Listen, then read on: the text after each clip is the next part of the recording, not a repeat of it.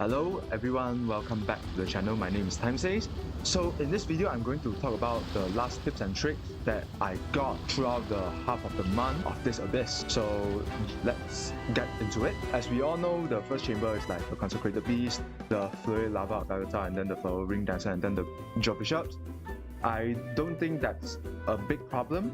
It's just a damage check. If your damage wasn't that high, then you might need to consider a shielder on the bottom half, and then you might need some tactics on the top half. If the first chamber is the chamber that you don't have 3-star and then you cannot full star in time. And now we are going to talk about the second chamber first half, which is the Rogue Flame Colossal Tyrant.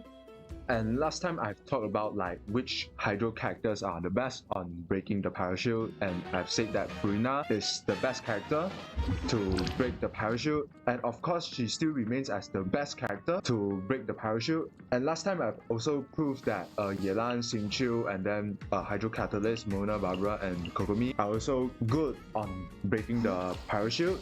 And now I would say that using Nouvelle to break the shield was okay, but you might need to sacrifice some DPS after it was paralyzed, because I'm not sure about your skill CD will finish after the Kukusao was paralyzed. So yeah, you might miss out a whole charge attack like after it was paralyzed. And for Mualani, on the last video I said that she wasn't really recommended because I completely forgot that she's also a Hydro Catalyst, so she can also do normal attacks on the Kukusao. But although her attacks has a trajectory, her normal attack still is able to get the Kukusao when it's flying low.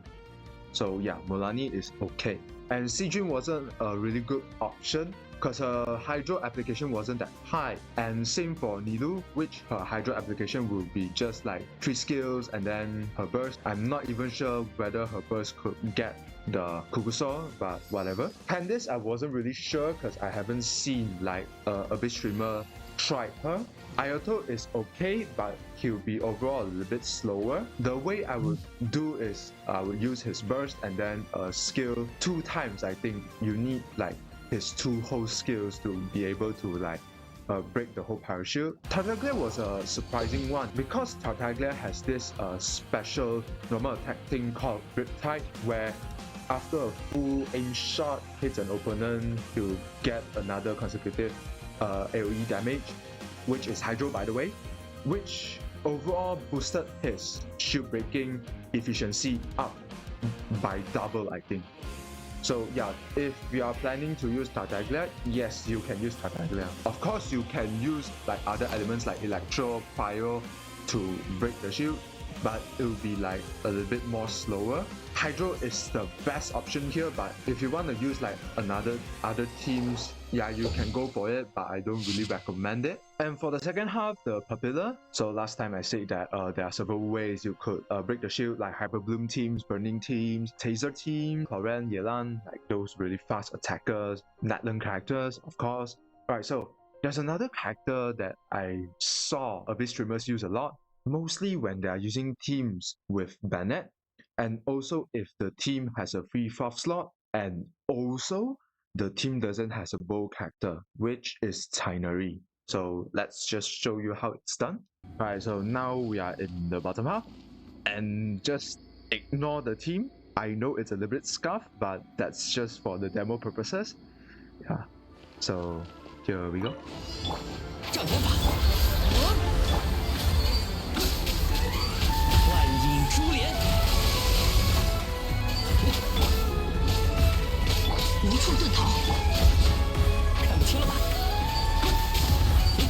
Yeah, so you could see that, yeah, of course I did use Raiden's E, but you have to know that Raiden's E doesn't really proc on the shield. I'm just like, yeah. But you could see that the effects were there, and then you could use like other characters, like if you have Xiangling, you have other characters, of course you are using Bennett. So yeah, so if you have Bennett or Xiangling on your team, you could actually use this. You can use Tinary to like break his shield. It's like really fast. It's just to remember that use his E at the start, so you don't really have that much cooldown for the second skill. And you might ask, what types of teams that could use this Tinary Bennett duo? So to free out the 4th slot, we might think that of course Bennett is essential, and then the character that needs Bennett but mostly we can think of a Vaporize team like Ayato, Xiangling, Bennett, and then maybe you free out the 4th slot, free out Kazuha, free out Zhongli, maybe these supports, or maybe Arlecchino. Arlecchino, you could be Arlecchino, Bennett, and then a Xiangling for Mono Pyro, or you are going for Xingqiu for Arlecchino Vape, or Kazuha for Arlecchino Hyper Carry. Of course, this is not a really good team. This is actually a really solid choice that I would recommend for players that doesn't really have too much characters in their roster. And there's another character that I've seen a bit streamer use, and they really recommend this character, but this character, sadly, I don't think that a lot of people has it, and most probably if the player has him, they could most likely clear the Abyss like really easily. And you have guessed it, the character would be an OG character, which is Venti. I haven't tried it yet, so let's give it a try. Alright, so now we are here, let's try it out. 起风了，古华生命，去，去。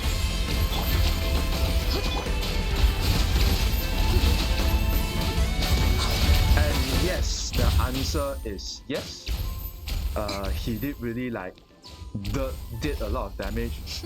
All I did is like Yamiko E, and then normal attack, and then Xingqiu EQE. Yeah, just a normal taser team.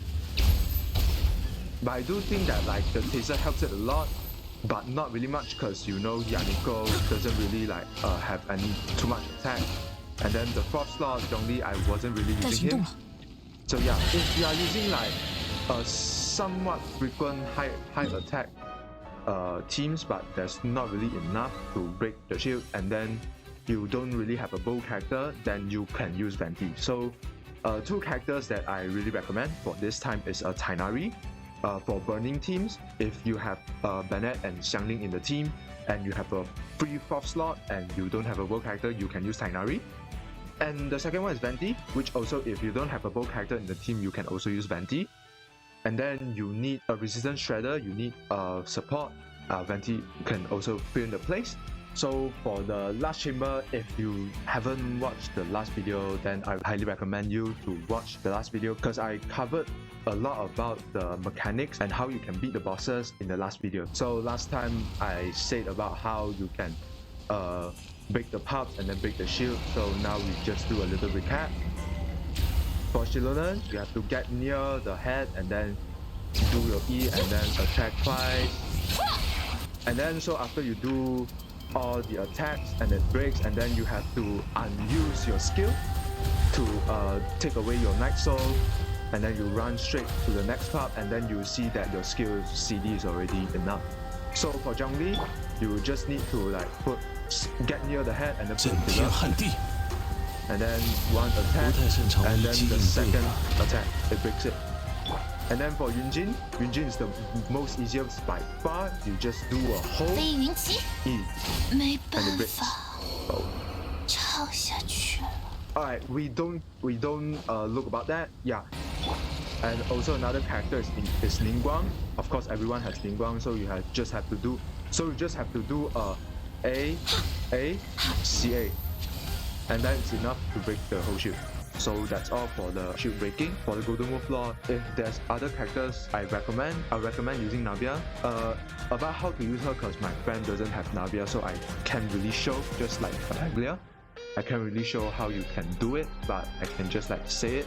So for using Navia, you just need a skill and then attack twice. I think that's enough to break the pub. And then for Chiori, I'm still wasn't sure about Chiori because I haven't seen the Abyss streamers using Chiori to attempt this Abyss this time. So yeah, maybe if anyone knows how Chiori was useful in beating this Golden Wolf Lord, you could let me know in the comments. Even it's too late now, but just in case there's the Golden Wolf Lord in the next few months, in the next few Abyss. So yeah, just let me know if Chiori was useful in breaking the Golden Wolf Lord shield. And then about the Eon Black Drake, it's also a damage test, a DPS test, I would say.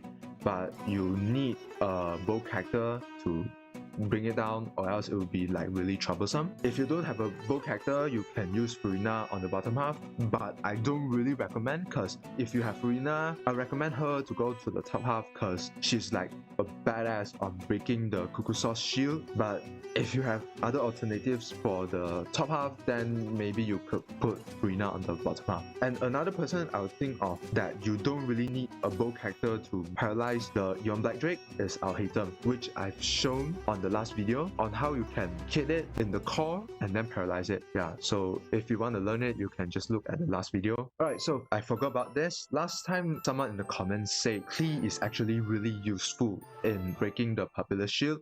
Of course, I don't really have Klee, and then my friends also don't really have Klee, so yeah, I can't really experiment on it and I can't really show it. I'm not really sure if that's really the case, but technically I've done research about it. She does have a lot of instance of attack, which makes her breaking the shield like quite possible, I would think. So I think that's all for now.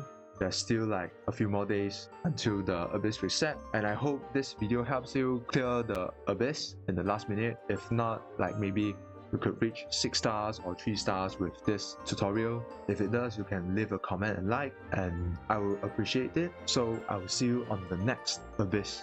Bye!